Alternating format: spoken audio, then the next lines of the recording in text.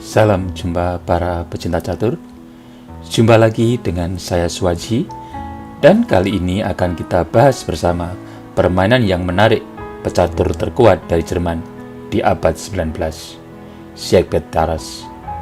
Saat berhadapan dengan Rombeck pada kejuaraan di Jerman tahun 1893. Siegbert Tarras yang namanya diabadikan dalam pembukaan Prancis variasi Tarras berhasil memenangkan permainan dengan pengorbanan menteri dan benteng untuk mempersempit ruang gerak raja lawan, yang kemudian diakhiri dengan kombinasi skakmat dengan perwira-perwira kecil yang cantik.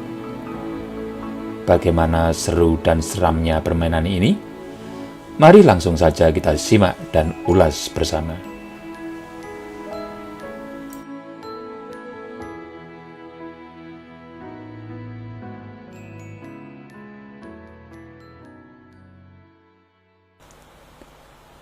Siegbert Tarras mengawali permainan dengan pion E4 dan Rombeck menjawab dengan pion E5. Dan setelah kuda F3, kuda C6, pion D4, terbentuklah pembukaan Scots atau permainan Scot. Dan setelah pion pukul pion D4, kuda pukul pion D4, sebenarnya merupakan variasi yang utama dari pembukaan ini. Namun kali ini putih memilih gajah C4 yang dikenal dengan gambit Scot, yang merupakan pilihan langkah bagi pemain yang tidak keberatan dengan komplikasi dan langkah-langkah tajam yang penuh manuver. Gajah C5. Pada posisi ini, pion putih C3 merupakan langkah teks yang paling sering kita jumpai untuk memperkuat posisi di pusat. Namun pada kesempatan ini, putih memilih langkah agresif dengan kuda G5 untuk menambah tekanan terhadap pion lemah F7. Dan hitam memperkuat pion F7 dengan langkah kuda H6. Dan putih terus menambah tekanannya terhadap pion F7 dengan menteri H5. Dan hitam menjawabnya dengan rokade. Bagi putih, walaupun rokade mungkin langkah sederhana yang cukup aman, namun kali ini putih mengambil langkah tajam dengan pion F4. Menteri E8, rokade. Pion D3 skak. Raja H1. Pion pukul pion C2. Dan kuda putih di B1 menyelamatkan diri dari terkaman pion hitam sekaligus mengembangkan diri ke petak C3. Pion D6. Pion F5. Mengincar petak penting F6. Mengosongkan diagonal C1H6 yang penting serta melindungi petak penting G4 dari incaran gajah hitam di C8.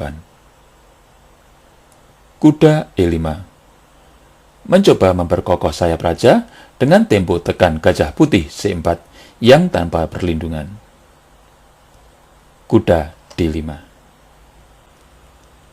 Kalau kita saksikan di sini, posisi tampak kompleks sekali, di mana para perwira putih sudah mendekati area raja hitam, walau di sisi lain hitam punya deposito, pion di C2, yang bagian duri dalam tenggorokan bagi putih.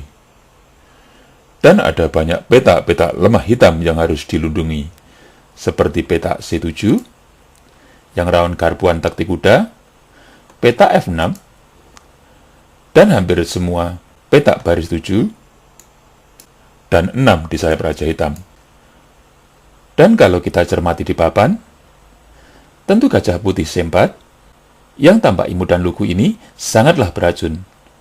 Karena bila hitam memaksa memakannya dengan kuda, maka putih bisa memberi serangan dengan kuda F6 skak. Garpuan terhadap raja dan menteri hitam. Dan bila pion pukul kuda F6, maka menteri pukul kuda H6. Ancaman skakmat dengan menteri pukul pion H7. Dan setelah pion pukul kuda G5, pion F6. Dan skakmat dengan menteri G7 tentu tak terhindarkan lagi. Kembali ke posisi semula. Mengingat lemahnya peta F6, maka kuda hitam ke G4 sangatlah diperlukan untuk menjaga peta F6 ini dan juga kuda di H6. Namun pada permainan ini, hitam memilih Raja H8. Dan putih memanfaatkan peta F6 yang penting ini dengan pion F6. Memang tekanan putih sudah begitu kuat di sayap Raja Hitam. Dan kalau sekedar memperpanjang permainan, langkah kuda ke G4 layak untuk dipertimbangkan dengan maksud melindungi peta F6 dan H6. Namun di sini hitam mencoba memberi serangan balik dengan langkah gajah G4. Dan putih melanjutkan tekanannya dengan pion pukul pion G7. Memberi skak terhadap raja dan juga menghilangkan perlindungan terhadap kuda hitam di H6. Dan Raja Hitam memukul pion G7 untuk melindungi kuda H6. Ini adalah titik krusial dalam partai ini, di mana bila putih jeli, maka hitam akan kena skakmat tidak lebih dari 10 langkah. Untuk itu, saya beri kesempatan kepada para pecinta catur untuk menebak apakah langkah terbaik dari putih yang juga dilangkahkan Shekbat Taras, yang dianggap pemain terbaik di tahun 1890-an ini. Silakan di pause videonya bila perlu tambahan waktu. Baik, langkah yang dipilih pecatur terkuat dan juga guru catur yang berpengaruh di awal abad 20 ini adalah menteri pukul kuda H6, skak. Sebuah pengorbanan menteri dengan maksud menggeret Raja Hitam ke peta H6 yang diincar gajah putih di C1. Raja pukul menteri H6, kuda E6, skak. Bila Raja ke G6, maka putih bisa melanjutkan dengan benteng F6, skak. Setelah Raja H5, maka benteng H6, skakmat. Untuk itulah, hitam melangkah Raja H5, kuda D4, skak. Raja ke H4 dan kena skakmat dengan pion G3. Oleh karena itu, Raja Hitam melangkah ke H6, kuda E2, skak. Bila Raja Hitam ke H5, maka putih bisa melanjutkan tekanannya dengan benteng F5, skak. Setelah gajah pukul benteng F5, maka kuda G3, skak. Raja G4, gajah E2, skak. Kuda F3, gajah pukul kuda F3, skak. Raja H4, kuda pukul gajah F5, skakmat. Oleh karena itu, di sini hitam melangkah Raja G6. Pada posisi ini, kita menghadapi sebuah posisi yang bagaikan problem 3 langkah skakmat. Nah, sekarang langkah apakah yang bisa dipilih putih sehingga hitam kena skakmat dalam 3 langkah? Silahkan di pause videonya bila dirasa perlu waktu yang lebih panjang. Baik, bagi yang sudah ketemu, mari kita cocokkan jawaban Anda dengan pemain kuat dari Jerman yang juga berprofesi sebagai seorang dokter medis ini.